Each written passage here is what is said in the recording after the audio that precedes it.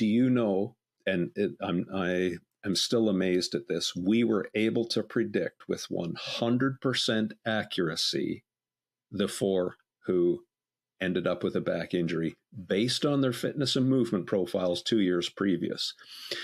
Even more impressive, there were 88 who didn't get a back injury, and we were able to predict the 88 who didn't as well. When this baby hits 88 miles per hour, you're gonna see some serious shit. Well, that is the story of human progress. 1 inch at a time. I'm your host, Joe DiStefano, and you're listening to Stack. In today's episode, I chat with an expert that has had a profound influence on my training and the programming that I do for a whole bunch of people all around the world every month, and that's Dr. Stuart McGill. If you don't know who Dr. Stuart McGill is, he is a man that I and many others in my shoes consider to be the pretty undisputed top expert on the globe in the area of back pain.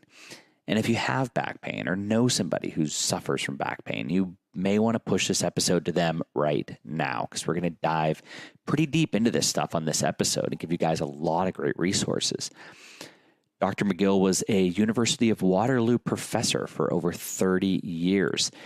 And in that time, his work produced over 240 peer-reviewed scientific journal papers, not to mention several textbooks, and he's won many international awards in the area of laboratory and experimental research, the causal mechanisms of back pain, how to rehabilitate back pain, and also how to not only prevent injuries, but improve performance.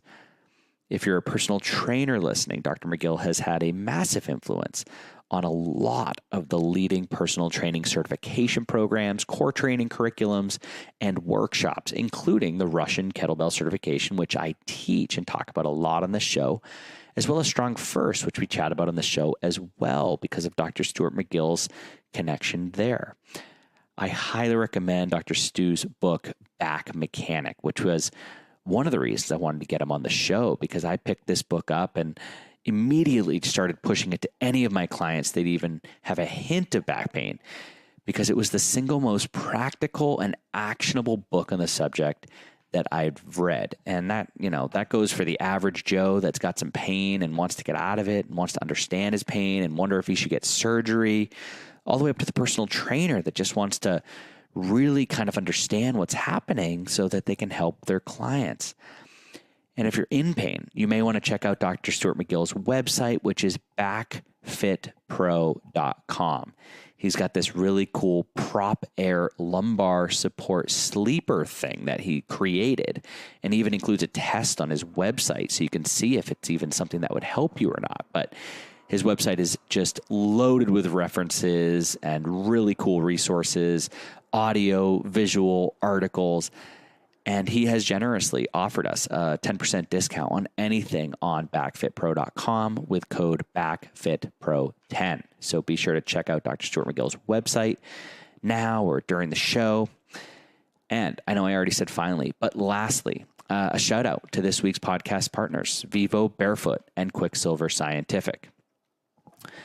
Speaking of back pain, without offering you guys any medical advice or making any promises, anecdotally, I will say I know many people that have relieved much of their back pain by spending more time barefoot or switching into some Vivo Barefoots. When we squish our feet into these stiff, heeled shoes, not surprisingly, it disrupts the entire postural chain that's connected to your feet. Suddenly, our knees just operate a little funky, our backs are a little tilted or a little arched, and our shoulders are a little forward, all because of the crazy shoe tech that's supposed to be making us more comfortable or run faster, and instead, it's ruining our body's sense of itself. And the response is often tension, and guess where that tension goes? Often it's the hips and therefore the back. Vivo Barefoots, on the other hand, offer these wide, lightweight, zero-drop shoes that reconnect us and, as they say, rewild us to our natural gait patterns and muscular systems from toe to head. They're also perfect for any occasion. I've got everything from my like kind of CrossFit shoes all the way to, hiking boots and casual shoes that I could wear if I had a desk job. And if you've listened to this show and you're familiar with the show, check out the episode with Galahad Clark, who is the founder of Evo Barefoot, where we talk all about the sustainability of these shoes, which I absolutely love. In fact, my Primus Light 2s are bio and plant-based. These guys are truly doing it all, and now you guys can save 15% on your entire cart at vivobarefoot.com. Just use code STACKED at checkout. This show is also brought to you by my good friends at Quicksilver Scientific. Now, I know I've told you about my favorite products from these guys like NAD Gold and Immune Charge. Well, now these rock stars over at Quicksilver have created something called the Quarantine Recovery Program, which you can go sign up for on their website and be the first to receive when it drops. This is a 3-month kit. It starts with a 30-day restore program that includes a total body detox and a little bit of added liver detox. And given alcohol consumption is up about 55% since lockdown began, most of us probably could use. Month 2 is all about activating our natural cellular detoxification pathways through AMPK activation, which is essentially our metabolic master switch that tells your body to convert fat into usable fuel. And finally, month 3 is about elevating and energy production. Now, month 3 contains some absolutely amazing products. I am so psyched for this, including a brand new NAD booster called NAD Platinum, which contains the same NMN like NAD Gold, but has some other added nutraceuticals and molecules to give the effects even more of a boost. As I've said, these guys over at Quicksilver make truly the best nutraceuticals that I know of. Their liposomal delivery system is second to none. And the particles, the nanoparticles that you'll find in Quicksilver products are smaller than any other liposomal products you'll find. And for that reason, they're far more absorbable. So head on over to quicksilverscientific.com and use code STACKED10 at checkout. Or if it's your first order with these guys, you can use code STACKED and save an extra 5% as Quicksilver's warm welcome one-time 50% discount to you. All right, guys, now let's dive into all things back pain with Dr. Stuart McGill.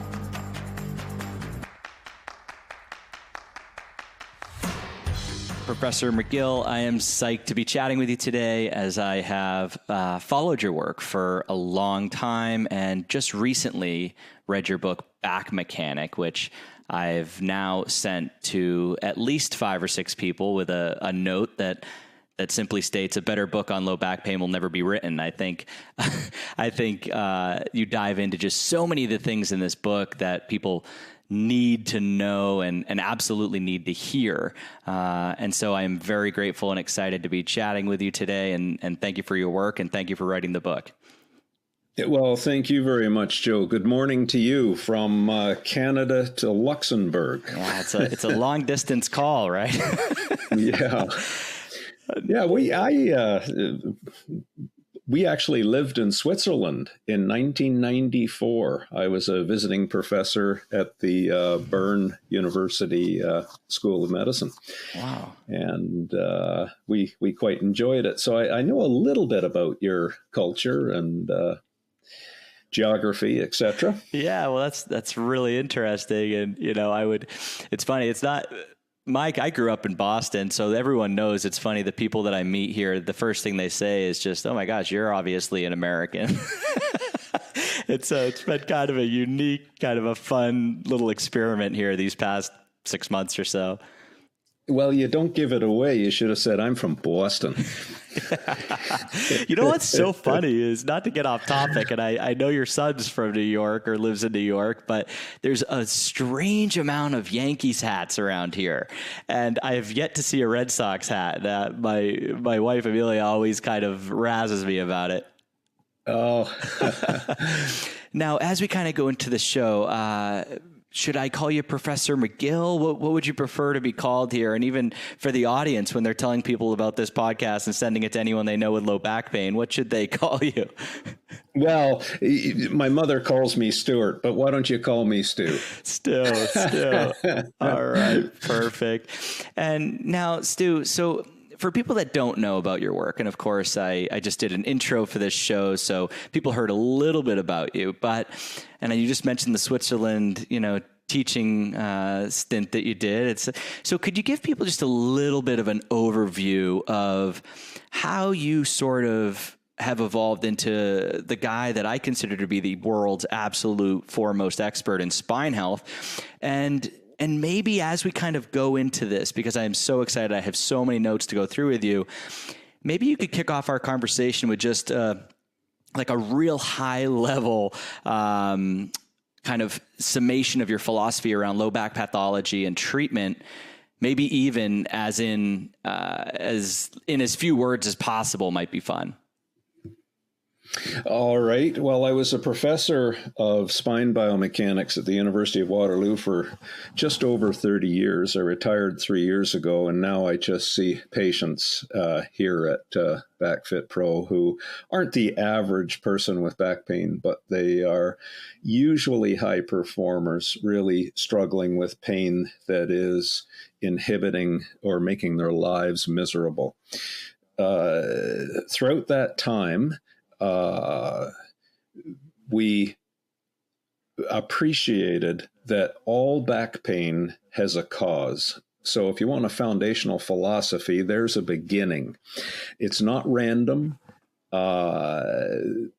What this requires is the person has a thorough assessment. Now, that's very hard to find in the traditional healthcare spectrum because clinicians are taught techniques or they use tools, and and that's what they're paid for. They're paid to provide a specific technique or tool which has a billing code, and that's how they get paid.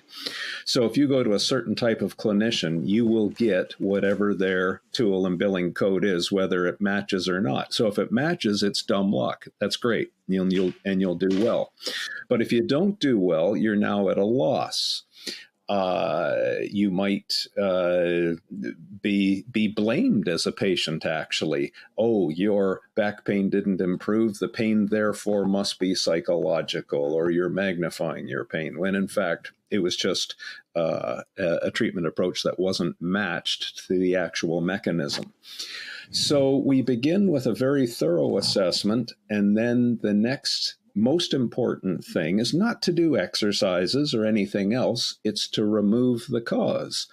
Most back pain starts with a stress concentration because of a chronic movement habit or an occupation or some feature that causes a stress concentration that when you replicate that stress in the assessment, it causes the pain. And when you take it away, their pain goes away. So we then work on removing the cause. We use things like spine hygiene, which are movement hacks, if you will, to learn to pick your child out of the crib at 2 o'clock in the morning. I think that's something that might be relevant for you, and do it in a way that doesn't replicate your back pain trigger. So there is a biohack so that you don't tenderize the tissues that are sensitive, and the person may have a neural central sensitization to their back pain as well. But point is, stop picking away at the proverbial scab and the pain sensitivity will subside. And the next part of it is we live in a linkage. That linkage requires strategic mobility and stability throughout the linkage to create efficient movement.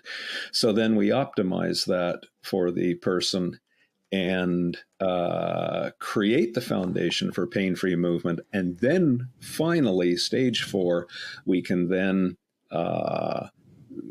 really understand what the demands of their athletic life is, and now we build their capacity to meet those specific demands. So is that a high enough level with enough detail, but short enough? It is absolutely wonderful, Stu. Just perfect. Now, because you mentioned it, I do have he just turned 2 months old, and so maybe selfishly, I'll kind of kick us off just with this, with a question for you, because with this linkage, I'm watching, my baby boy kind of move and pick up his head and begin to figure out his hands. And selfishly, I'll ask, this linkage, this mobility and stability, if I'm not mistaken, we're learning a lot of those patterns that we're going to take into adulthood when we're 2 months old.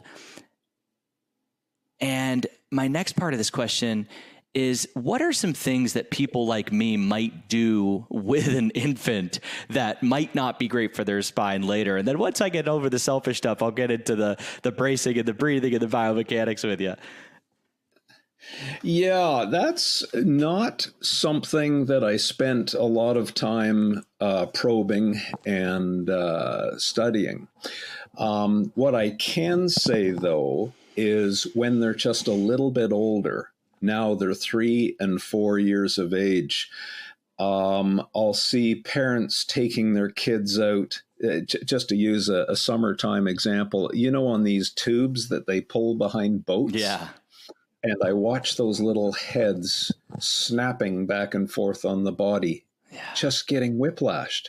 It's insanity. Yeah. So, of course, the parent doesn't want to whiplash their child, but they are so unaware of what they are doing. So there's an example of a little bit older. But in terms of an infant, just let them move and encourage them to move. And then as they get older, continue to create the opportunities to expose them to a variety of movements. My kids, for example, had to walk to school. Mom didn't drive them. Now, the kids would complain, but it was a heartbreaker for me when I did go to the kids' schools, to see the kids waddling out of their mother's cars to class. And what happened on our university campus right around, it was in the 90s. And we used to document the body mass index and strength and some general fitness parameters of every incoming student. There was a step change when personal computers became widely available. So these are all things, I don't know if I'm really answering your question, but keep exposing them to different types of movement challenges and encourage them to build a skilled repertoire. They are building engrams, muscle memories that involve all aspects of athleticism, including balance, learning how to efficiently drive force, etc. Anyway, and by the way, the last bit that just came to mind is the tissue adaptation side of things as well. Starving children from impact, running, jumping, etc., is really not creating the mechanostimulation that they need to develop good, dense, robust bones. The adolescent female, for example, the time for her to develop the most robust bone to serve her well when the osteoporotic years come in the 5th and 6th decade was determined by how active they were when they were 15. Wow. So if you're not active enough as a young girl, then you're going to pay the price later, and there's not a whole lot in between that you can do about it? Is that? Well, that's what the data is showing. The time that is most osteogenic for her bones is when she's an adolescent. That influence carries through her life.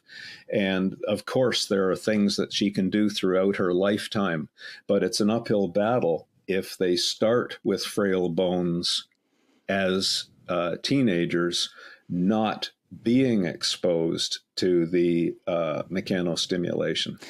Yeah, it makes total sense. And yeah, the sort of philosophy that we're using for our son is trying not to put him in positions he can't get into on his own. So we're breaking that with tummy time, because, I was chatting with a few of my friends and that are, work with kids and all this, and they've explained how important it is to get that started early. And if you have an opinion on that, that'd be terrific. But as we kind of prepare for him, becoming mobile, et cetera, not putting him on the couch, sitting like an adult as an example, because he can't get into that position. That's been kind of our guiding light. Now, one of the big things about your work, Stu, is just over the years I've followed it, and this bracing, this concept of bracing, because when I first started my career as a personal trainer, crazy, almost 20 years ago now, I was taught to activate the core, draw in the belly button towards the spine. And when I watch my baby boy breathe, his belly button is doing anything but going in. He is expanding in every direction with each breath. And I know this is a big part of your contribution to personal training. And now I'm a big kettlebell guy. So kettlebells, it is just, one of the most fundamental principles in the world. And I know it was your work. Can you tell us a little bit about bracing and how breathing kind of plays into spinal health? Wow, that's a huge start. Well, let's start with bracing then, because this is taken so out of context. Because we live in a linkage, in order to create force in your hands or your feet, the distal part of the linkage, you had to create proximal stiffness. So consider this. If I say we both worked hard and we could bench press 200 kilos, wouldn't that be fabulous? Now, if I used my pec major and anterior deltoid, which is my bench press muscle, so to speak, to push you, or you are to push me, the pec major crossing the shoulder distally causes arm flexion and will facilitate the push. Fabulous. But proximal to the ball and socket joint, which is the shoulder, it bends the rib cage towards my shoulder. So if all I use is my 400-pound bench press to push you, my arm flexes, but my rib cage collapses towards the joint. So I've got energy production, but I've also got an energy leak. Do you follow the analogy here? Yes. So if we can create proximal stiffness in the linkage, I stiffen the core. Now 100% of that force and shortening effort of pec major is directed to propelling my arm. I have zero energy leak on the proximal side. So if I wanted to wiggle my finger very, very quickly, I had to stiffen my wrist. If I want to move my wrist very quickly, I had to stiffen my elbow, et cetera, et cetera, et cetera. The mother of all proximal stiffness and foundation of movement performance is what is known as the core. Now, I hate that word, but let's just say it's the torso for now. The next question is, what is the most efficient, spine-sparing, performance-enhancing way to stiffen the core to increase power flow across the hips to distal regions to propel the legs, across the shoulder joints to propel the arms? So there's no coincidence that there's a ball and socket joint at either end of the core. The abdominal brace it actually came from Australia, this idea of drawing in the abdominals to activate transverse abdominis, but they never measured the role of those individual muscles. So when I was a visiting professor in Bern in 94, our job there was to implant intramuscular electrodes for the first time into the many deep muscles of the spine and the abdominal wall to see how the neurological system did it. So you have made a observation in your son that when their lungs fill with air, they expand. So the most efficient bracing technique is not to draw in the abdominals. That is inhibiting of performance. You can do this experiment if you like. Sit on a chair and suck in your belly and try and squat up, and you'll find you're inhibited. But when you stiffen your belly and even push it out, you will then get an enhancement of hip power production, etc. So here's a coaching cue for you. Take your fingers, place them lateral to the navel, but quite lateral around your belly, probably 15, 20 centimeters lateral to the navel. Push your fingers into your belly quite robustly. Now push them out with abdominal wall contraction. So there is the beginning of the brace. But now the question is to tune it. So if you're running, as say a distance runner, you don't want much bracing. There will be a tone there, but there's certainly an entrainment to the stride and the breathing cycle and that kind of thing. But now let's take another type of athlete, a power lifter, for example, who would be the polar opposite. They don't breathe.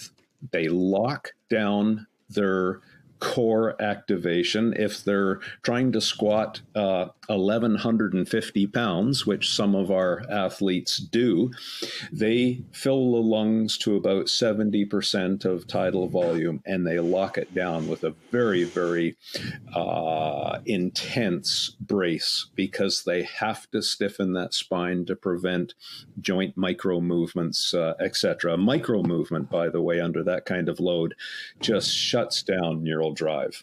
It will cause failure in the lift. So in that case, the bracing is extremely robust. If I take someone like a tennis player, and you'll hear them grunt when they serve a tennis ball, for example, now we can start putting together breathing and bracing. When you measure an athlete breathing, and now they're at pace. They've got heart rate elevated, breathing is elevated. They might be running or playing a field sport, for example. Or let's continue on with the tennis example. Air goes into the lungs and out of the lungs. Well, if you measure that, torso and core stiffness and stability naturally increases when you fill the lungs with air. It compresses the belly and expands the chest. That is stiffening and creating the proximal stiffness that I was talking about earlier. Now let's fuse in breathing. When you're challenged breathing, well, I'll back up a bit. When you're normally breathing, the diaphragm contracts to draw air into the lungs.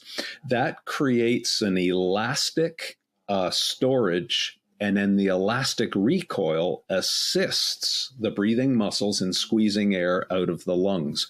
But when you're challenged breathing, there is a pulse at the beginning of exhalation, and it's known as active respiration. So I'm going to try and do this on the microphone. I'm going to suck in, and then there is a little bit of a charge from the intercostals and the abdominal wall at the very beginning of that exhalation cycle. Now I'm going to grunt. So if you're a strong first kettlebell man, you will know that this is power breathing. That instant of the initial muscular charge superdrives the stiffness. So if you're Venus Williams serving a tennis ball, when she grunts "ooh" at the beginning of the serve, that super stiffens the core, eliminates the energy leaks so that the muscles crossing her shoulder send full power across the shoulder. The arm starts its whip with a little more velocity, and she will get through the whip to the racket a few more miles an hour on the ball. So there's just a start of the intricacies of bracing and breathing. And I could get into sprinting, how in MMA, for example, the great athletes on the ground when they're playing jiu-jitsu, how they are timing the breath of an opponent to either escape a submission or to lock in a submission. They are boa constrictors, just waiting for that magical compromise of an athlete getting a little bit sloppy, failing to breathe behind the shield, that slight loss of stiffness, and then all of a sudden you're in an arm bar or a Kimura or something like this, and it's game over. So we can, maybe this is of interest because of your expertise in endurance exercise and being a kettlebell man and whatnot.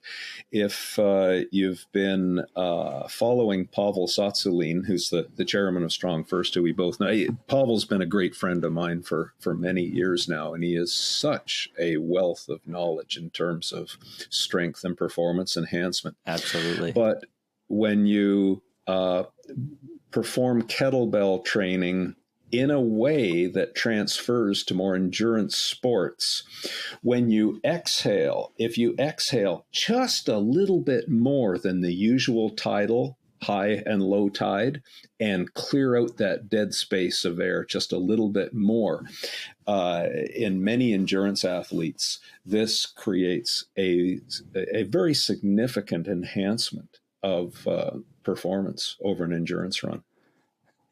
Anyway, I'll stop there because I can go on. Keep going. I'll let you comment because I've got a few more things to talk about breathing if you'd like. I mean, my brain is just exploding as you're asking me these questions. Hey, so I won't take long. I mean, I think it's really great that you brought up endurance sports, and I used to work with a lot of runners, and it was interesting because some of these races that we used to put on were put on TV, and we had a TV show on NBC, and it was funny because I started to push, especially the female runners away from things like sports bras because I suspected they were trying to stay so tense while they were running that it was actually decreasing their performance and increasing their fatigue across the race because they were not, like you said, a strong power lifter needs to be tense, but a runner needs to kind of have some relaxation in the system. And so that was something I kind of noticed and began to kind of push athletes towards different clothing choices just to hopefully improve their ability to breathe. But take the ball back and keep enlightening us. This is amazing. Well, I could comment about your comment there. Consider that when a muscle contracts, it does two things. It creates force. Everyone knows that. But what's not appreciated in performance sport is that when that muscle contracts, it also creates stiffness. So tighten your bicep as hard as you can. Your arm cannot move because of the stiffness.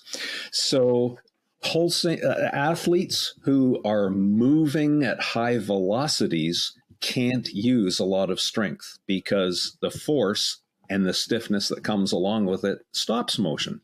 So when you measure the neurology of the great performance athletes, you'll notice it's always a pulsing strength. So your running athletes, yes, they are elastic athletes, storing and recovering elastic energy with each stride, potentiating that with skillful breathing. But the very best ones have this wonderful ability to pulse on heel strike and all of that kind of thing. But the rest of the time, they are in such relaxation to stop the friction in the muscle that comes with stiffness. So the people would ask me, I've worked with top Olympians of virtually every single sport with back pain and all of the professional sports. I've measured gold medalists in many Olympic sports. And what is the commonality? What makes a great athlete great? Well, one thing I can tell you is it's their ability to activate a muscle very, very quickly, and their ability to deactivate a muscle very quickly into relaxation to create even more speed. So the fastest sprinters in the world are the best pulse relaxers. So they pulse and explode and then flow with such ease of motion in a perfectly relaxed muscle. Distance runners are just tuned, elastic kangaroos. So beautifully fusing the breath and this interplay between force and stiffness. But, we did experiments over the years, and this is what was coming to mind, on people who were smokers with COPD.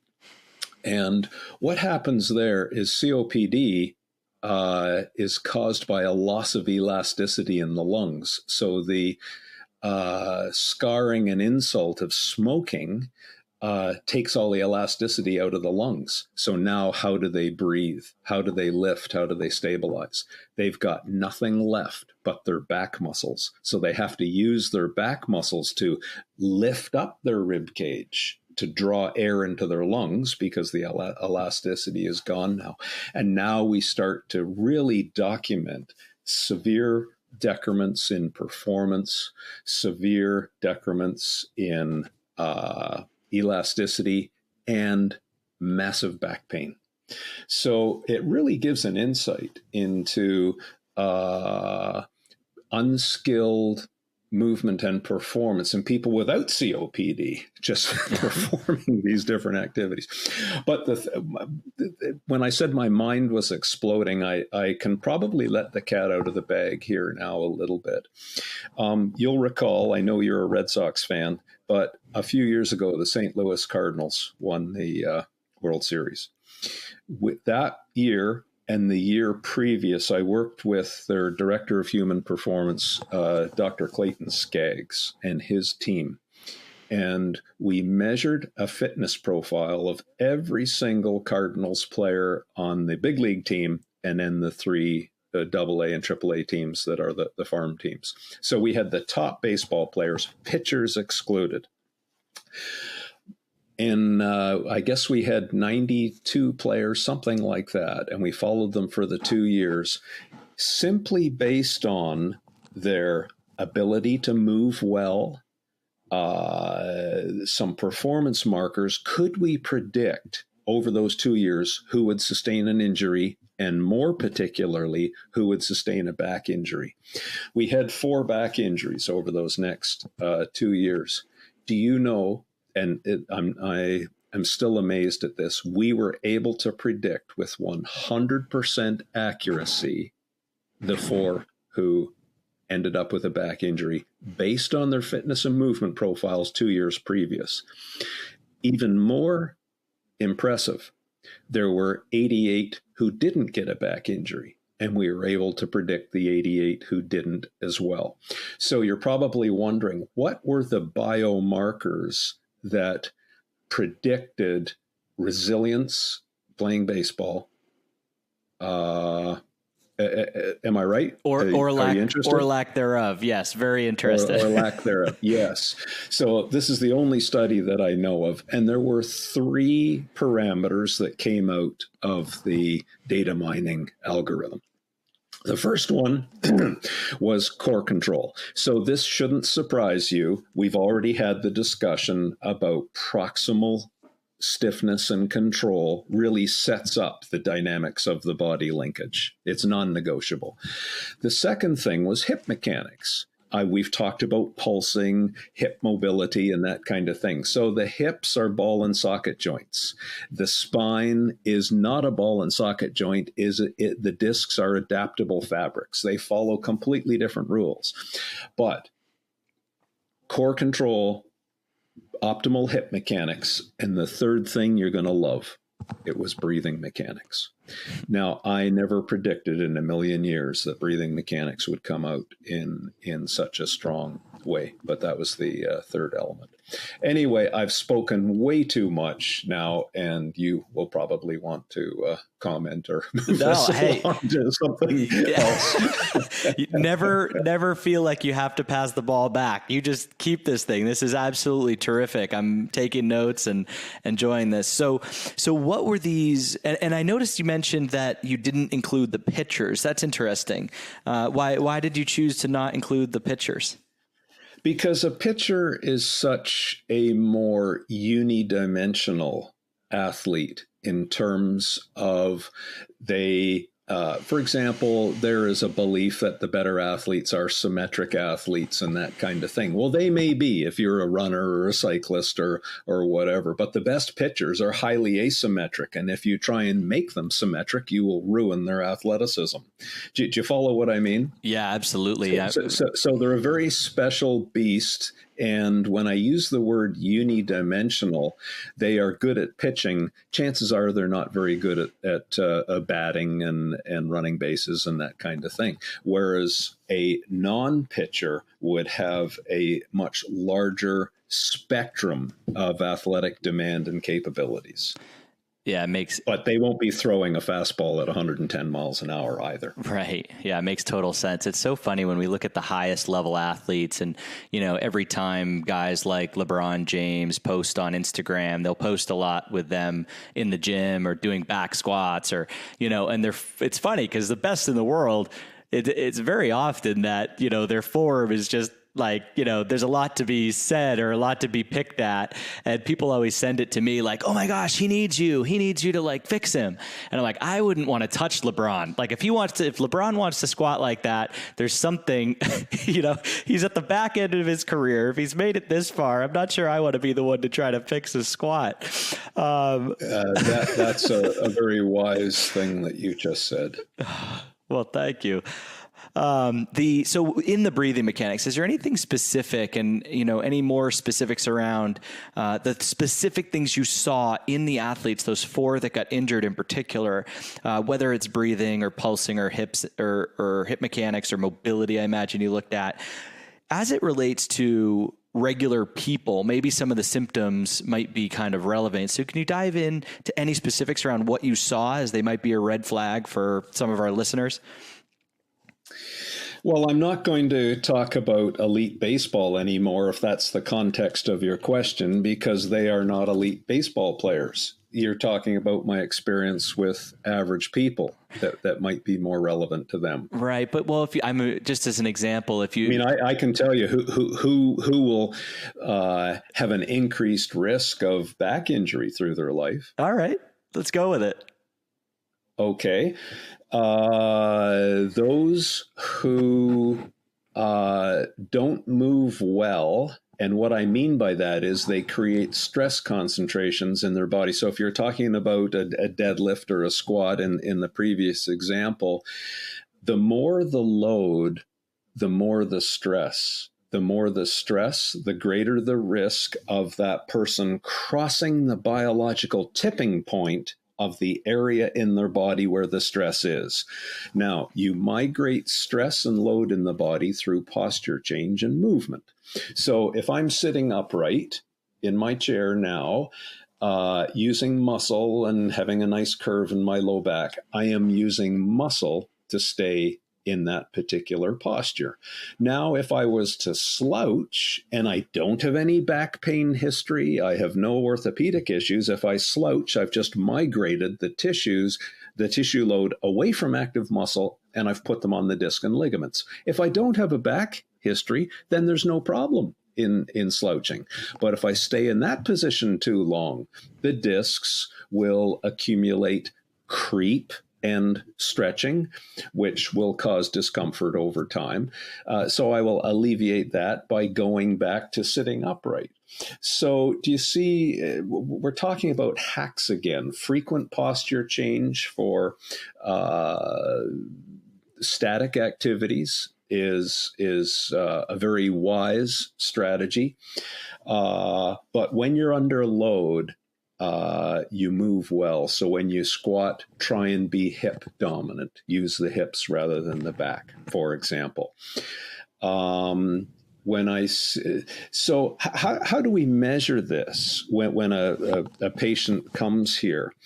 We measure what are the demands of their life. So if they are a power lifter, then that's a fairly unidimensional athleticism. They've got to become very stiff. We don't want loose hamstrings or anything like that. We want very stiff bodies that can tolerate that kind of load. Now, they're not very good at throwing a football. They would have difficulty cutting their toenails and all of these things.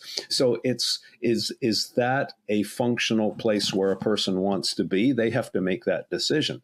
Then let's go to the polar opposite end of the world where someone says, well, I want to do yoga. Fabulous. Adapt your body to be a yoga master, but you will pay the price of not being able to bear heavy load. And the spine in particular will adapt to that. So as I mentioned earlier, the discs are adaptable fabrics. And what I mean by that is the disc is made up of many collagen fibers that are stuck together, held together with a ground substance. Now, movement and load causes a loosening of those fibers to allow more movement. The price you pay, though, is if you were to deadlift, for example, that creates great compression down through the spine and squeezes the nuclear gel inside the collagen fibers and inside the concentric rings. If those rings have been loosened with too much mobility, the collagen, the gel will work its way through the delaminations in the collagen and create a disc bulge. That also creates joint laxity and the micro movements that I was talking about earlier, which they're okay if you're a gymnast. But if you have a micro movement in your spine when you're squatting, that will create a stress concentration and a very high risk of injury. And B, it will shut down your neural drive. So on YouTube last year, 2019, if you look at World's Strongest Man, it was in Mogadishu, Africa. They had a task there where the athletes had to squat 750 pounds on this big rack for reps. And whoever squatted the most reps won. Well, it was interesting. Watch every athlete compete that and look at the repetition before the final one. So say an athlete maxed out at 15 reps, go to 14, and you will see the micro movement. Either the hips slide out one way, there's a little waver in the torso. In other words, that micro movement, the brain just shuts it down after that. And you know every time the next rep, they will fail. The brain will not supply the neural drive. So anyway, there's another little bit of a tangent, I suppose, that we could go on for hours and hours. But, it's great. And it's one of the big things I took away from your book, because I think even myself, if somebody were to just send me a message from a world away and say, I've got back pain, I might say, hey, try yoga. This is something that, get a little bit more limber. You've been sitting too much. It's kind of this low hanging recommendation. And it was really kind of, someone turned the lights on when I was reading your book, and you just talked about, how this obsession with stretching hamstrings and even this recommendation to go try yoga or Pilates can actually definitely push people at times. And again, like you said at the start of the show, maybe 20% of people hit the nail on the head and they got lucky, and the other 4, made themselves a little bit worse. So I think that the yoga, Pilates, and obviously dovetailing with the nature of the breath, as you described from the chair and trying to get up, I think a lot of those practices, especially I think Pilates tells you to really draw in, and it's all core stuff. So can you tell us a little bit more about what you've seen in patients as it relates to them going and just trying yoga and Pilates if they're back pain, especially if it's episodic? Well, without an assessment, they are just doing an experiment on their own body, which is fine. What I would prefer is they have a decent assessment to know what the mechanism of their pain is, and then they will know if yoga is for them or Pilates is for them. But now I have another layer of concerns. What is yoga and what is Pilates?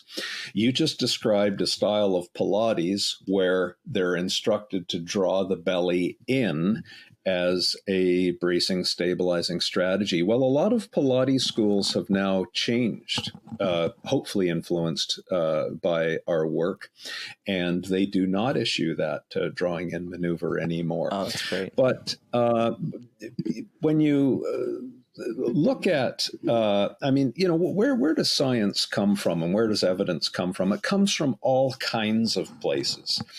There is a hip surgeon, for example, in London, England. London, England is a very cosmopolitan place now in the world.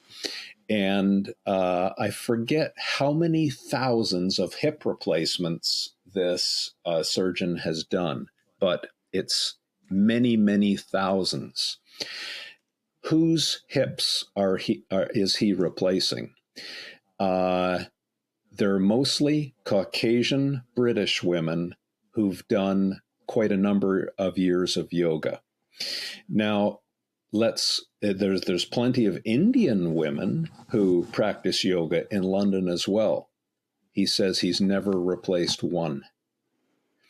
So when you look around the world at hip architecture, for example, again, I don't know how we're getting onto these topics, but let's follow orthopedic disease for a moment. When you, what country, and let's keep this to Caucasians to begin this discussion. What country in Europe has the highest rate of hip dysplasia? Do you know? That's a shallow hip socket, and the ball of the hip tends to dislocate out of the socket. It's more common among children. It happens to be Poland. And the reason is, on national average, now I'm not saying every Polish person has a shallow hip socket, but on national average, they have a very genetically shallow hip socket. It's the highest rate in Europe of hip dysplasia. Now, where do the deep squatting Olympic lifters come from? Poland, yeah. Bulgaria, Western Russia, which is Ukraine, etc. And then when you measure the power production out of that style of hip in the deep squat, the power out of the hole at the bottom of the squat is ungodly. That's where the power is. Now I'm going to ask the opposite question in terms of orthopedic disease. The opposite of hip dysplasia is FAI, femoral acetabular impingement, and it comes from having a very deep hip socket. So when you squat deeply, the anterior part of the femur collides with the front margin or roof of the front of the hip socket. The highest rate of FAI in Europe is in Western Europe, and particularly among the Celtic nations. So Normandy, France is a very dense Celtic population, and so is Ireland and Scotland. Highest rate of FAI. But now let's ask, how many Olympic lifters come from Scotland and Ireland? And you'll find the answer is pretty close to zero. Because when you measure the squat strength in that architecture, you'll find that the squat power is in the top half of the squat. So if you're setting up two lifters, one with shallow hip sockets, you'll notice that they don't fail at the bottom of the lift. They fail at lockout, typically. Whereas the deep hip socket really struggles to get the bar moving. But once the bar crosses the knees, they hit second gear and they don't fail at lockout. So it's so interesting then when you look at the cultural martial arts around the world, the cultural dances and whatnot, they will reveal to you the body type, the natural athleticism. So, just think of the Ukrainian dance where they're down in the pistol squat position. Did you know what I'm talking about? Try and do that in a Celtic nation. It's not going to happen. Their strength, if you look at their games, is a standing strength. When you look at the Celtic games of caber toss, weight throw, etc., the hammer throw, these are all standing strengths because it so takes advantage of their architecture. Or, you know, we can go right back to the whole breathing and performance question again. And if you're a strong first man, you will know Okinawan strength, getting into the horse stance and putting on the iron shirt of Okinawan karate. Boy, Okinawans have the longest bodies and shortest leg length ratios, I think, in the world. But now when you look at Okinawan martial arts with the hip tosses and they get the hips in deep under an opponent and they throw their opponents, it is so optimized to that body architecture. So, you know, if you want to talk about biohacks, we all can't be everything. We all have certain advantages and disadvantages, and therefore stress concentrations, and therefore propensities for different types of back disorders and resiliences and all the rest of it. Oh, we could talk about this for hours. Yeah, well, it makes total sense. And it gets back to the, you know, the secret to performance and health, and it's choose your parents well. You know? Well, you know, there's so much wisdom in what you just said. But isn't it interesting when I get to spend time with some of the top performers in the world, and there's that much more difficult thing to measure, which is the mental toughness and drive and all the rest of it. Right. Well, before we move on from this topic, my son is half Icelandic. So do you have any information or hacks around the Icelandic population? I not really. I've spent time in Iceland, and as you know, there's this land of the giants. That there is a subpopulation where the strength of some of these people is just so ungodly. Yeah, but it's even mythical in Iceland. Right. You know, when you talk to the average Icelandic person, they will tell you about the giants that. Yeah, I mean, my son's 2 months old and he's almost 8 kilos and he's just solid. So I'm like, he didn't get that from me. Yeah. So getting back into this, I would love to dive into some modern fitness approaches and, you know, some kind of risks or issues, maybe even exercise. One of the things that really stuck out to me in your book is the list of things to stop doing when you have back pain. And the list was interesting. You know, it was like the toe touch and the double knee hug and even the single knee hug, the sort of pigeon pose. I would love to dive into some of the scariest things that you think are going on or that exist in the sort of general fitness population, the boot camps, the types of exercise selection that are happening for the sake of the sweaty and sore scale that, you know, might be doing a number on folks' back. And then if we could dive into maybe what's happening in some of these exercises. The Superman was the other one. It's such a common exercise, but what have you seen in those exercises as to why they should just be avoided once you have a little bit of back pain? Okay, you truly ask mammoth questions.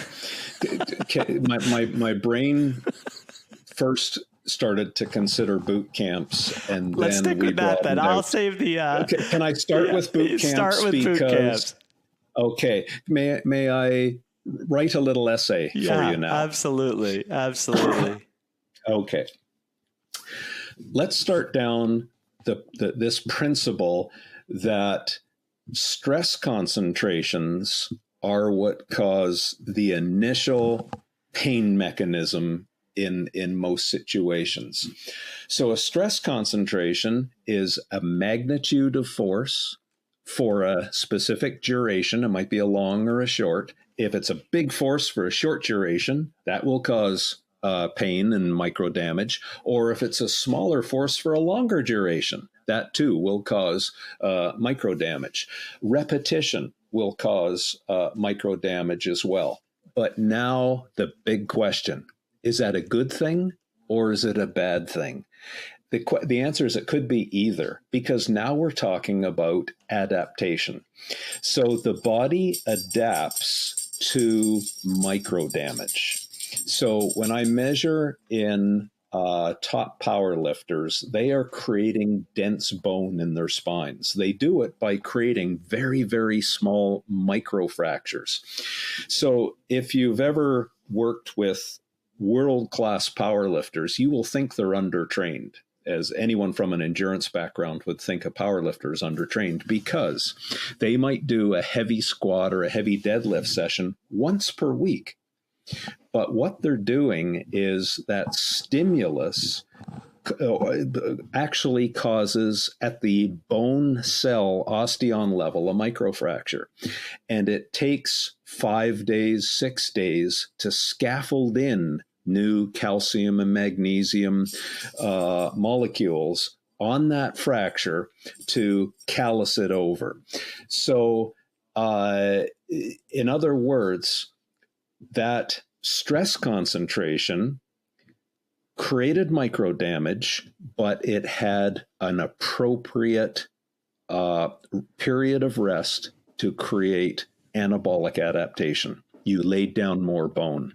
But if you were a bodybuilder and you trained 3 days a week, do you see that microfracture caused on Monday would be compounded with a load on Wednesday, compounded with a load on Friday, so that now those micro fractures turn into macro stress fractures and delaminations of the collagen and everything else.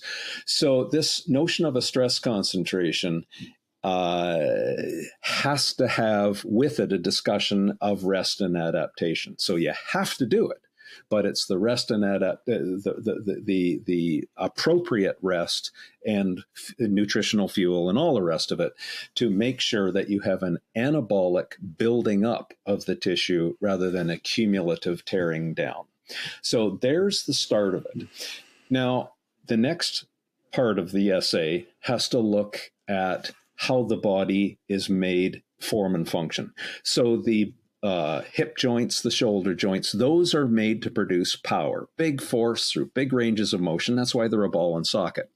The spine is not. I've already talked about the discs are adaptable fabric. So if you want to be a power lifter and a strength athlete and all the rest of it, you will be better by not doing a lot of spine mobility. You will be able to tolerate more load if you have stiffer ground substance between the collagen fibers.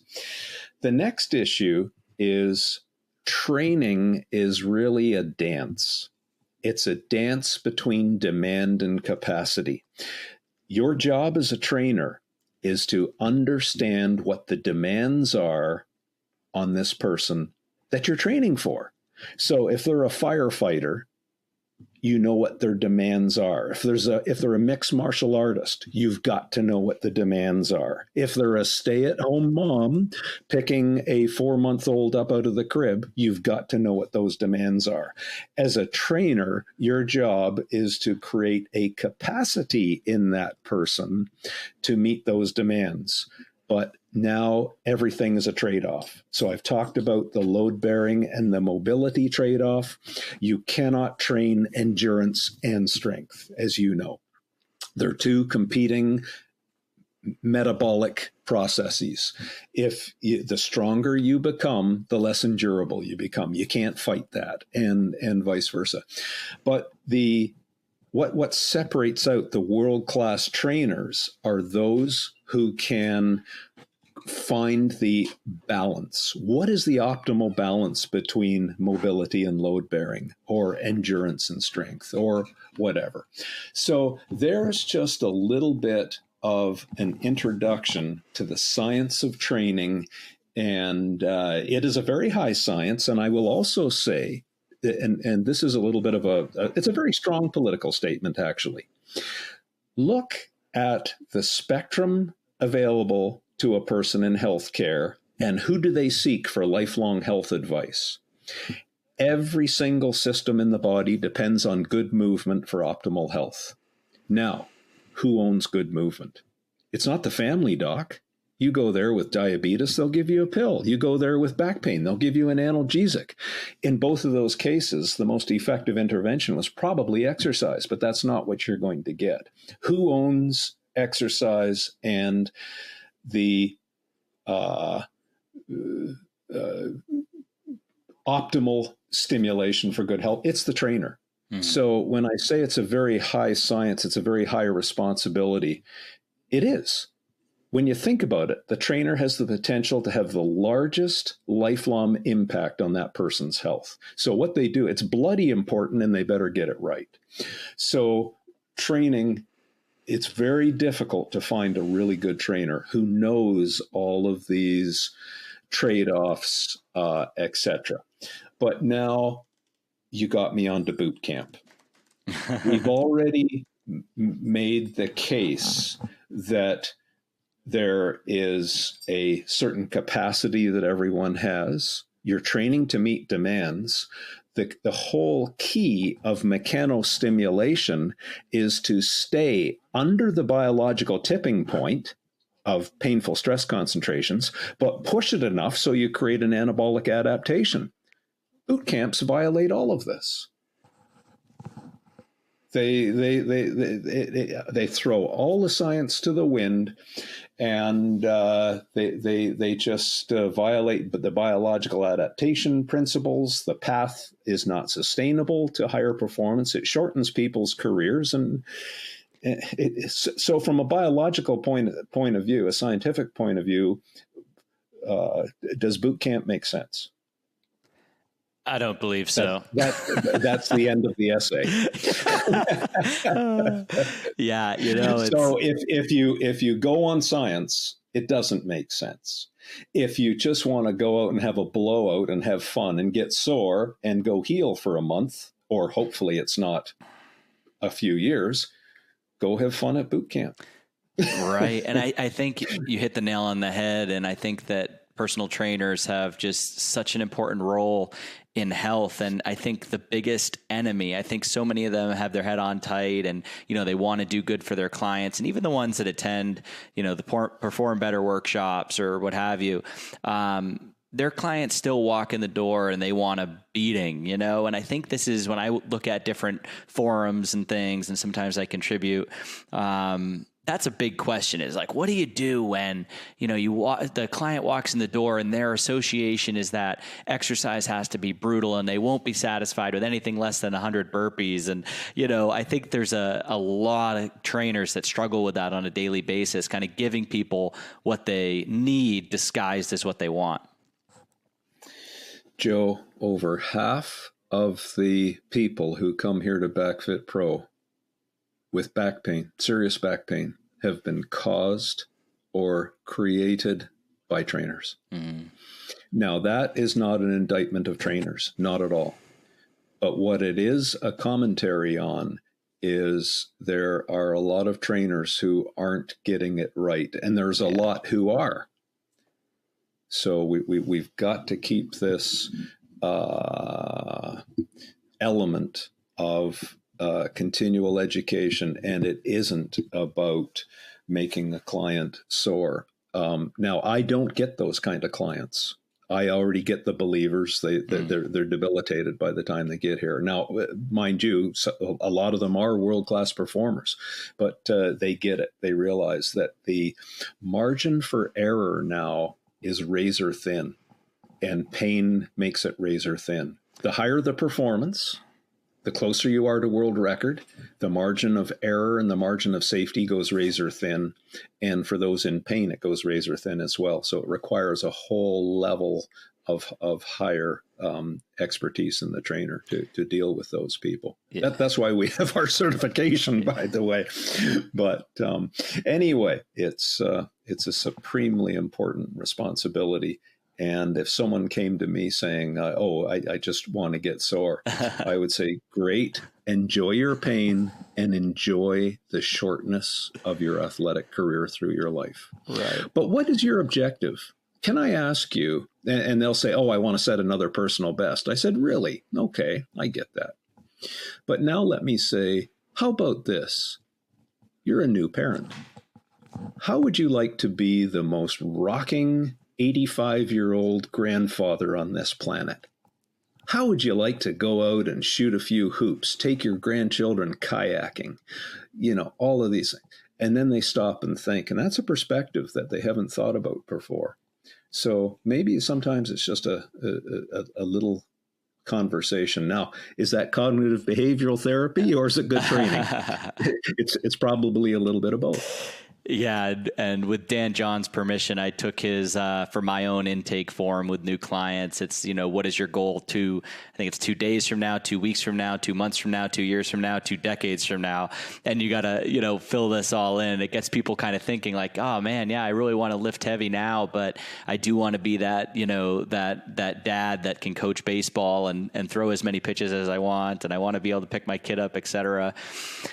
Stu, one thing I've noticed with people with back pain. I will say, not to interrupt, Joe, no, but Dan's fabulous. So I've known Dan a lot of years. He's a wise man and a great trainer. He has had just probably the biggest influence on me. I've followed him for a long time, of course. I took my first RKC with him. I now have taught with him. So yeah, he is just such a brilliant guy, such a just being of light. I just really enjoy spending time with him. One thing, Stu, that I've noticed with low back patients, at least the ones I've seen, or maybe I train them, and I used to collab a lot with physical therapists and these things, but they all seem to be what a former podcast guest, Michael Rotala, called high threshold people, right? Like, so one of the biggest things that I try to teach people with back pain is often how to kind of relax. There's a personality type, in other words, from my experience, that not 100% of the time, but a lot of the time, the people with back pain, they're also the busy ones that don't have time to, do their morning meditation or whatever it might be. They're also, I feel like that tension just runs through them. And it's why I focus so much on breathing, because I'm actually trying to get some parasympathetic activity in there, try to calm them down, because I suspect that if we can calm the system, their back pain might kind of reduce a little bit. Have you seen this at all? Of course, there's a lot of wisdom in what you say. But when someone says back pained people are high threshold, of course there are some. But there are the polar opposites, the absolute sloths who, you wonder how they even have enough energy to get up and sit on the toilet. Seriously, they are that low threshold that there's no constitution with them at all. And by the way, when they first come here, I welcome them to Gravenhurst and I shake their hand. And I learn right at that instant what their threshold is. Mm. If they give me a wet fish handshake or a one that they're crushing my hand, that is quite telling, by the way. But there's all kinds of signs that you can see. And the trick is to read a person. So when a person comes in and they say they're young, and all I'm doing is giving you patterns. So we're going to do some pattern recognition, which will take you a long way in many cases. Let's take a young person who comes in, and you find that when you ask them to arch backwards, that causes their familiar back pain. It's in one spot. They can put their finger on it, and there's no radiation down the legs, etc. So there's the beginning of a pattern. Then step back and look at them, and you will see generally they're a peacock with their chest. Chest is risen high. Their gluteal muscles are clenched. Look at their knees. Their knees typically will be hard driven, locked back into hard extension. So I might say to them, yeah, there's a little bit of rumbling in that spot in your back right now, isn't there? And they say, yeah, it's there. I can feel it. Jazz knees. Soften your knees. Loosen up and dance. Let your glutes go. Now, I want you to breathe deeply. Let it all go. And let's hover your ears over your shoulders, over your hips, and over those jazz knees. Now I want you to stand with absolutely zero muscle activity. How's your back pain? It's gone. So there might be just an example of a pattern, and just starting to understand. So there's a person who is just locking themselves, crushing them into the back pain. So what do the knees do? When the knees get driven hard back in extension, that extends the hips, which causes more lordosis, more extension in their low back, right into their back pain, and they never realized it. But if they just let go of their glutes and their knees, hover, relax, breathe, all of a sudden, that tension, which was holding them in a subtle posture that was feeding their pain. So do you see how there's a pattern? Yeah. And then the next person comes in and I'll say, do you mind picking up your backpack? Let's go downstairs. And they just are a wet noodle, and they bend over, and it's full range of spine motion. And I take them downstairs to the clinic. And as soon as I start moving their spine, it's causing their pain. So there's an example of a low threshold pattern. Right. Now I have to start to say, I want you to stand. Good. Now, let's do a basketball drop step, or a drop step in tennis. Just stand there and step back to the right. Oh, that as soon as I started to move, it caused my pain. I'll say, good. I push my fingers into their lateral obliques, and I'll say, push my fingers out. Now, shift your weight onto your left leg, drop step with the right. Oh, my pain is gone. Good. You just established proximal stiffness, eliminated the micro movement that was taking place at the joint and triggering your pain. Now you can create the distal athleticism of hip external rotation and the drop step. Bingo, we're there. So, I might have a tour tennis player where we will start there because pain has so corrupted their movement patterns that they have forgotten how to appropriately brace. And that's the whole key, appropriately stiffen to allow that distal mobility and speed and athleticism and all the rest of it. So do you see, it can go many ways.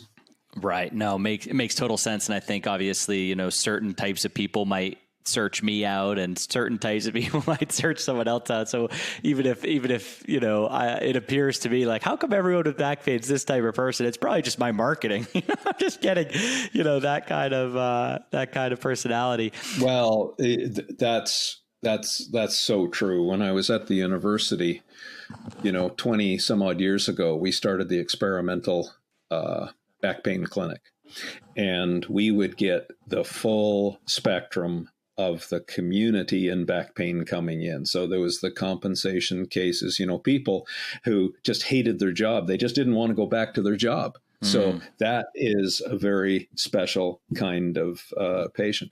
And then, the next person in is a super performer and a businessman. The next person comes in as an athlete and et cetera. But now, when people come to BackFit Pro, they've already been to a dozen different clinicians. We don't see people from the local community. They all fly in from somewhere in the world. In other words, they are highly motivated to do something about their back pain. So do you see how that in of itself absolutely is a selection bias? But boy, on one hand, we get some really, really difficult challenging back pain patients. Yeah. But on the other hand, we also know that they're going to commit to do what we do. So, yeah, that's beautiful. Yeah. One of the things that I really liked about Back Mechanic, and, I'm always talking on this show about like how I try to keep my mom safe. Like, this is the vitamin C I give my mom. And one of the things that I like, she's not in back pain. She does yoga all the time, and not that there's any correlation there, but she's in pretty good shape. But one of the things that I really loved is just partially the distillation of, if there was to be an approach. Of course, you help people in the book kind of figure out what their triggers are. And, the whole book is just awesome. But you've got the big three exercises that people should do. And what I love about it is I just push those right to mom and say, hey, mom, like this is our, take the multivitamin, and then these are the exercises. So can you tell us a little bit about the big three from Back Mechanic and why you chose the exercises? Yeah. Since your mom practices yogi, the big three will not be that unfamiliar to her. They are in various forms in yoga and Pilates and gymnastics and everything else. But to go back to the scientific principle, our body is a linkage that requires proximal stability for all movement. Even before you take a step to open a door, you have to stiffen the core to some degree. And so the next question is, how do you train this core stiffness, for lack of a better word, to enhance pain reduction and performance? We spent years and years assessing different exercises for the most efficient way to create this athletic core stability. So the requirements were, does it create muscle activation that is at a training level? Does it spare the spine? That was key because people had a low capacity. They had back pain. And well, let's just start with that science. The exercises that kept bubbling up to the top were the modified curl up for the front of the core, the rectus abdominis and the obliques. For the lateral core, which is quadratus lumborum, psoas, the obliques, latissimus dorsi, very important, turned out to be the side plank. And then the bird dog for the back extensor muscles. Now, so much more happened after that. People would do them and they'll say, we feel better for an hour or so after doing them. Our back pain is either gone or it's much less. Then we'll say, good. Those are the subcategory of people who have joint micro movements or laxity at their joints because they've had a disc bulge or an end plate fracture or something like that. We then prescribe them, do them twice a day, do half of the sets and reps mid-morning, half of them mid-afternoon. So there was another little biohack that we learned to propel people out of pain faster. Then the performance people, for example, in the NFL, there are several NFL football teams that start every weight room session and on-field practice session with the big three. Why? It enhances performance. It cleans up the hip hinge for lifts, but when you're running and cutting, more core stiffness actually increases the quickness of the foot plant, change direction, and cut. Proximal stiffness. Now, how does that work? There is a neural stiffness in the motor control system. So when you do the big three, it enhances proximal stiffness, but it stays with you. And we measured this both from right after the session, but also training. We trained Muay Thai fighters for 6 weeks and showed how they increased their general core stiffness and stability throughout the training session. So there's layers upon layers of science that went into that. But in a nutshell, when you measure stability, and very few people have done that. Only 3 or 4 universities in the world have actually measured spine stability. So we're able to measure how effective the various candidate exercises are. That's how we kept coming back to the big three is the most efficient way to do it. That's terrific. And again, anybody listening that knows anybody with back pain should definitely just pick up Back Mechanic. Again, no better book will ever be written because you touch on, I absolutely love the idea of virtual surgery and really kind of getting through to people both on the physical side, the emotional side, the real helping them with the realization that they might know more about their pain than their doc. I just think the book is wildly empowering and amazing, and just an amazing piece of writing for folks. I have one question, Stu, and then we'll let you go. I appreciate the time today, and that's kettlebell training. I know you're close with Pavel. If you could only do 1 or 2 kettlebell exercises for the rest of your life, what 2 would they be? That's an unfair question. Because you don't know anything about me, and nor does the audience. So what is relevant for me could be totally irrelevant for them. Okay. So, do you see why? That's why I'm not going to rise to the bait of that question. You know, I'm middle 60s. My answer to that, if I was in my 30s, I would have done totally different kettlebell training than I do today. Can I rephrase? So, well, can I just take off on that for just a second? Go for it. Okay. So we measured world-class strongmen. I think we're the only people who've ever measured them. We measured the fella who won the super yoke competition, which is you get under a bar, which has weights hanging from it, ungodly weights, and you get under the bar, you carry it on a high bar position across your shoulders, and you see how far you can walk with it. Whoever walks the farthest wins the super yoke. If you talk to my colleagues who are the gait specialists, scientists who study how we gait and how we walk, and they try and help people with gait pathology, they will tell you that when you take a step, so you plant your left leg and you swing the right leg, that the left leg requires hip abduction to hold the pelvis level and swing the right leg. You're familiar with this principle? Yes. Okay, so this is frontal plane athleticism. In other words, side-to-side athleticism. Now let's go to the children's hospital down the road and go to the neurological ward. And we might find a 7-year-old girl who has a paralyzed quadratus lumborum. That's the muscle that runs either side of the spine up and down. And what you'll notice with her is that if her right quadratus lumborum is paralyzed, she can stand on her right leg and swing the left. Perfect. No change in mechanics. But when she stands on her left leg and swings the right, her right pelvis falls, she collapses and falls over. In other words, the quadratus lumborum, is non-negotiable for walking. It's a frontal plane core stabilizer that makes walking possible. I'd say that's a pretty important muscle, wouldn't you? Absolutely. Okay, there's the first part of the essay. The second part, we now go back to the strong man. I measured the strong man's hip abduction strength to be 500 Newton meters. If you can get your head around that, because the average guy on the street, maximum back extension is probably 350, 400 Newton meters.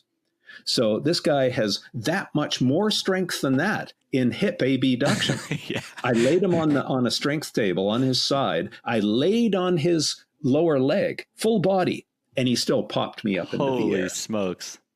You know, ungodly strength. Now, when I measured him carrying a world-class super yoke, I just said he had 500 Newton meters of hip abduction, which my gait colleagues tell me is essential for walking. But that's the end of their analysis. They've never put a wire in the quadratus lumborum of that paralyzed girl. I have.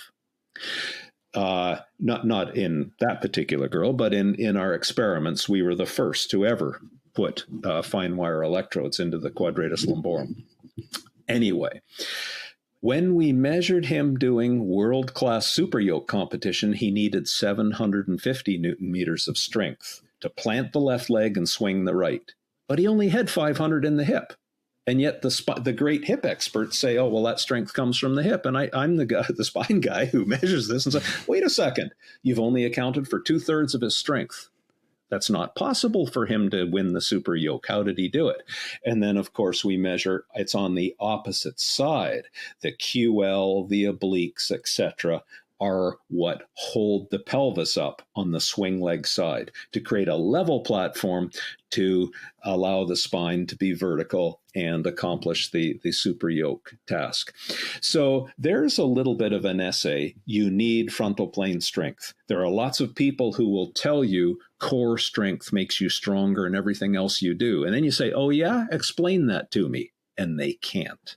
But now I'm explaining to you how core strength and core stiffness radiates out through the linkage. And we have wonderful conversations, Pavel and I, about this. This is why it's non-negotiable. It is the hub of all strength. It's what allows hip power to unleash and all the rest of it. Now, with that essay, I can answer your question about kettlebells. Sorry, I have to set these up. Perfect. But otherwise, it's an opinion, and that's not why I'm here. It's to give the science and a logic for trainers to make the very best decisions. What exercise is the best to target quadratus lumborum? It's walking. Just get a back-pained person to walk.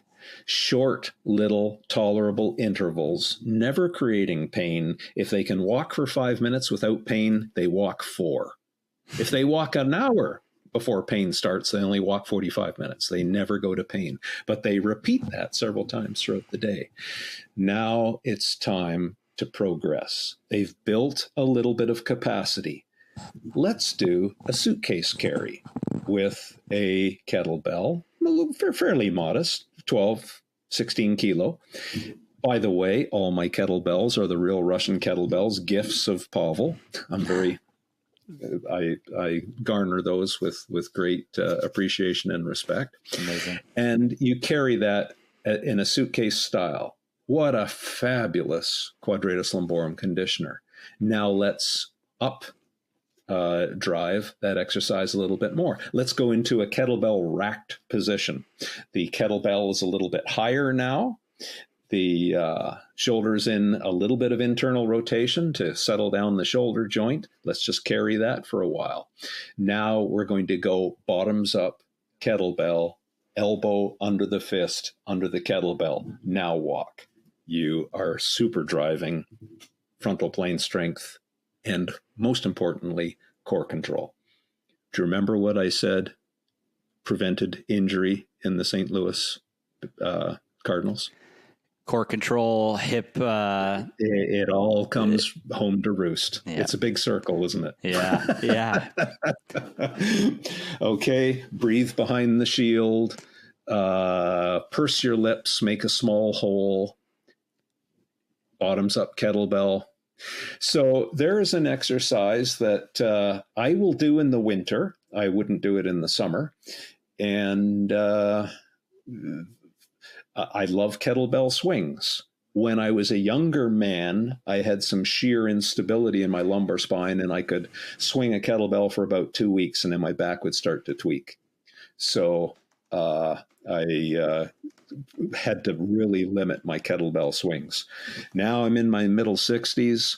Everything has stiffened and stabilized. I can swing again. I'm having a blast.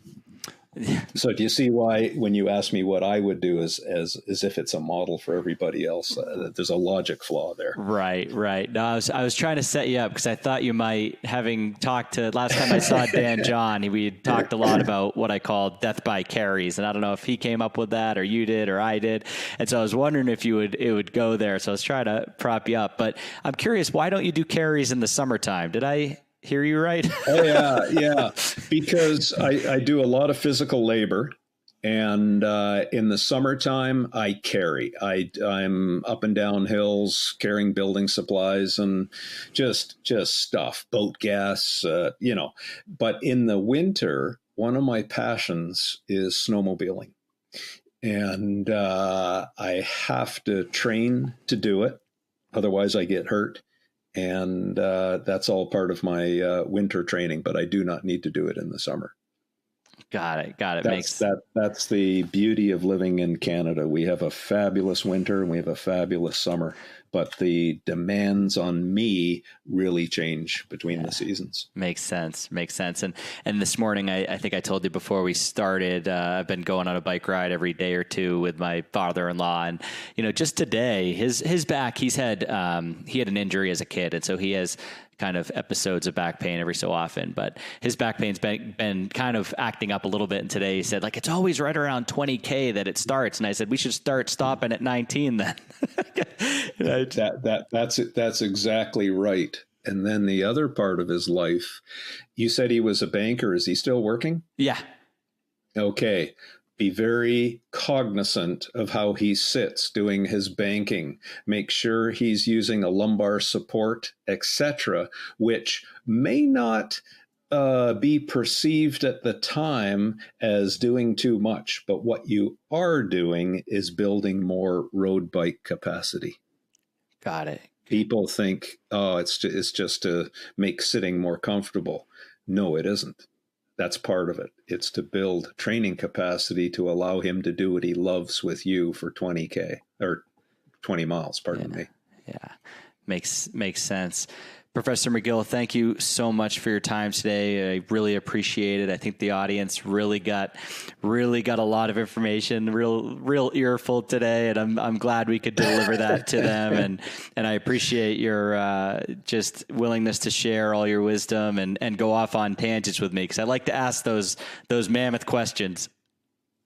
You do. They're well, on one hand, you give me a lot of latitude, but it's difficult to hone in sometimes. But right. I just want to make sure I give you enough to talk about. Yeah, no, that was very enjoyable, and you're a very sort of cerebral and thoughtful kind of guy, Joe. You really, I know that you know your stuff, and when I agree to do a podcast, I usually do a little bit of research on who it is I'm speaking with. So I learned a fair about you. And anyway, you're very good at what you do. Hey, thank you so much. I really, really appreciate that. All right. Well, hey, thanks again. And where can people find BackFit Pro, Professor McGill? Well, if you go to backfitpro.com, we have a whole host of articles and podcasts and whatnot. My books are available there, and our courses, which have all been canceled because of this virus pandemic, those are just about to come online. So it'll actually make them more available to people around the world. That's terrific. And you've got a certification for clinicians and also personal trainers. Is that right? Is there a separate? It is not separate. Okay. No.